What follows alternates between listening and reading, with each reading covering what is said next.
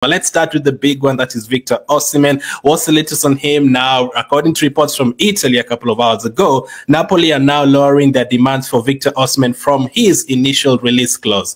Napoli would be willing to listen to offers for around £85 million, which is 100 million euros. So their release clause, his release clause is 120 million euros. And then if you drop it down to the new demands, it's 100 million euros. So that's 20 million euros less and 16 million pounds less. So if you're looking at it in pounds, it's now 85 million pounds. If it's in euros, it's 100 million euros. Still in the 100 million plus, but they've lowered it by 20 million euros. Now, I think that is proof. Like, instead, start hearing stories like that is proof that they're definitely not going to get 120 million euros. You've already made it clear, if they don't lower their demands, they're not going to sell him for 120 million euros. PSG are not going to pay that money. We've already had reports that he doesn't want to go to PSG. Chelsea are no longer in the race. Real Madrid don't want him. Barcelona nowhere in sight.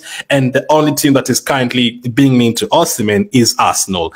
And Osimhen is not being linked to Arsenal only because he's a bad player now. It's because of that money. And we are hearing that Arsenal are not really ready to pay that 120 million euros, which is pretty obvious. Not because he's not a good player, because no one can afford that kind of money right now. With all the FFP problems, all the potential of getting into trouble in terms of deducted points and all that. No one wants to get into that trouble, and paying 120 million euros, there's no one who's going to pay. Believe me, if Osimhen was like 60 million euros, a lot of teams would have wanted Osimhen by now. You'd have had at least 15 teams wanting Osimhen, but the reason it's not being wanted is because of the money that they're demanding. Now, that was the release clause. That is the release clause. But now, according to reports, they're lowering that release clause and they're saying, oh, no, forget about the release clause. Just give us 100 million euros and we'll give you the player. Now, who is more desperate? People say Arsenal really need a striker. I really want a striker as well. I want us to keep on improving the team. But the question is the word desperate? Do you think Arsenal is desperate for a striker? Like, if Arsenal don't get a striker, like, they're completely finished. Now, even if you think so, there's no point of showing all the other teams that have strikers that you want that, yeah, we are desperate to get a striker. Oh my goodness. Yeah, we are ready to pay 150 million for Osimhen. No, you have to be calm. You have to approach the window like, now, you know what? We're okay. You know, we just want a winger. We don't really need a striker. So the other teams know that, yeah, this Arsenal is not really desperate for a striker. So, you know, let's just ask for 70, 80 million. Let's not ask over the top. But a couple of years ago, when you're trying to go for the likes of Vlahovic and all those guys, when they didn't really even have a striker at all, I don't even think Jesus was there at that time. Like, we were very desperate. Teams could ask us like, nah, we are going to ask you here for a lot of money. If we didn't have Ryan Ramsdale right now and he went to Real Madrid for loan and they're willing to sell, they tell us 100 million because they know we are desperate for a goalkeeper. But you have to show the market that you're not desperate for a certain position. And personally, I don't think we are desperate for any position. I want us to get 3 or 4 players. I want a midfielder for sure. I want a winger. I want a backup winger for Saka. I want someone up front for sure to keep on improving our team. And I don't know, if you want a defender who's available, who's great enough, that is absolutely good. But you can't show the rest of the market that you're desperate, you know. A couple of seasons ago, my United was showing that they're really desperate for a midfielder, and all the other teams were asking them for unbelievable prices because they know you're desperate and you have to pay that money. But for us, we can't show that we're desperate in the market, which I don't think we are anyway. But for the fans, some of you fans are kind of like desperate, like, oh my goodness, can we get a player? No, so you need to show that you're not desperate. Now, for Osimhen and Napoli have already made it clear that they don't really want him. I don't really think he wants to stay there. The new manager doesn't really want him. The new manager is happy to, you know, get Lukaku and get rid of Osimhen. There's been problems with Osimhen's attitude the last couple of months, and we were told that in terms of Napoli getting players this summer transfer window, they have to get money, and the first thing they need to do is to sell Victor Osimhen. So for Napoli to buy players for Antonio Conte, they need to get rid of Osimhen. And if they stick with the 120 million euros, no one is going to pay. Even if someone eventually pays, that will be paid like in August, like 31st, the deadline day or something like that. And that will not give Napoli enough time to go and buy players. And that wouldn't work for them. You know, they didn't have a great season in the league. They're trying to get back to, you know, the top level that they were a couple of seasons ago. They need to get other players, and the new manager Antonio Conte is very demanding. So he would want his players by June, by July, very quickly. And the only way they can do that is by starting to sell Victor Osimhen and then using that money elsewhere. So they're lowering their demand to 100 million euros from 120 million euros. In pounds, which is what Arsenal will work with. Obviously, Italy, they work with a different currency, but let's work with 85 million because Arsenal is in England. So 85 million pounds. Do you think that is good money to pay for Osimhen? Or do you think that is still too high?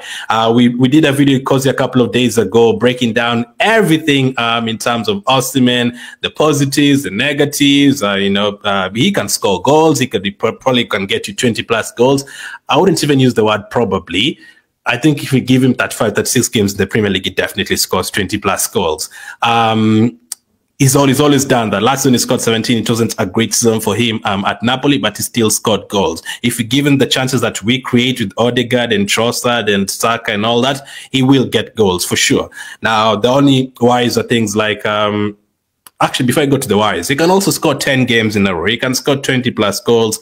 He can take a bit of pressure away. He can take it if you get one opportunity in a game, he can take it. So it's going to bring a lot of positivity. And in terms of signing someone like an Osimhen, other teams will be like, wow, these guys have signed Osimhen. Arsenal are now dealing on a different level of, players that they're targeting. They're no longer targeting, players from Sheffield United. They're now looking at players like Osimhen and Gyökeres and, Eze and players like that. Teams will start respecting him even more. But there's some strikers you'd sign and teams would be like, nah, I mean, that's just a random striker. We don't really care. But if you sign Osimhen, that will definitely take you to the next level. But then on the other side, there's definitely negatives, a couple of injuries here and there. Attitude problems. We've had that, people have asked why Napoli very happy to sell him. What is the problem there? Argument to the Nigerian manager, going on Instagram Live and talking about it. All that is a bit... people describe it as, I saw someone describe it as babyish, basically childish. That's the word, childish. So you don't really want that around the team. If he sits on the bench and Jesus plays tomorrow, will he go and do an Instagram Live and complain about it? You wouldn't really want that. And we definitely know that Arteta doesn't want that in the team. That's one reason that's one reason Aubameyang is not playing in the team. And that's one reason Tony is not going to become an Arsenal player because of, not getting along with that in terms of attitude and all that. Arteta wants the whole team to be together in terms of spirit and culture and all that.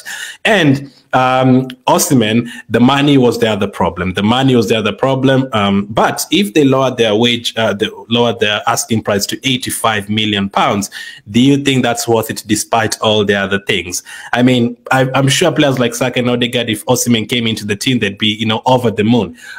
Even if we ignore style of play, that's the one worry that we also talked about, style of play and everything. Will he, fit right away? Osimhen would want a quick pass in behind, run to it and try to score. But the way Arsenal play, we build up, through almost every single player, Odegaard, Rice, Saka, Ben White. Maybe the ball is not going to get to Osimhen as quickly as it used to get to him at Napoli, but he'll still get 2 or 3 chances per game. So if he does take those chances, he scores the goals, as simple as that. So according to reports from Italy, that is 85 million. Now let's go to the reports that we saw a couple of days ago as well.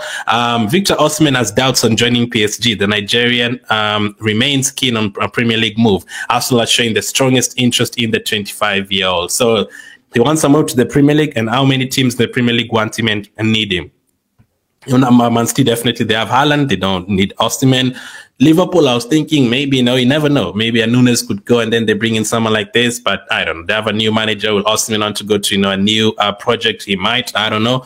But Liverpool do have a striker, Nunes, that they bought recently. Jota can play there. In terms of Chelsea, they're the first team that wanted him. I actually thought if it's not PSG or Madrid, he might end up at Chelsea, but Chelsea pulled out and they don't want to pay that wage structure and all that. If you look at Tottenham, definitely not. If you're looking at Man United, they already have Højlund. So that leaves us by ourselves, actually, on that list. I don't think any other team in the Premier League could afford him. I don't think it would be incredible if someone like an Osimhen ended up at Aston Villa, then it might start ranking them as a top 6 club. If you ended up at a team like that, that would be crazy. But it's only Arsenal there. But again, we need people to be patient. Just can't expect it to be done by tomorrow. I don't know what other details they're going to go through. They have to look at the wages and all that.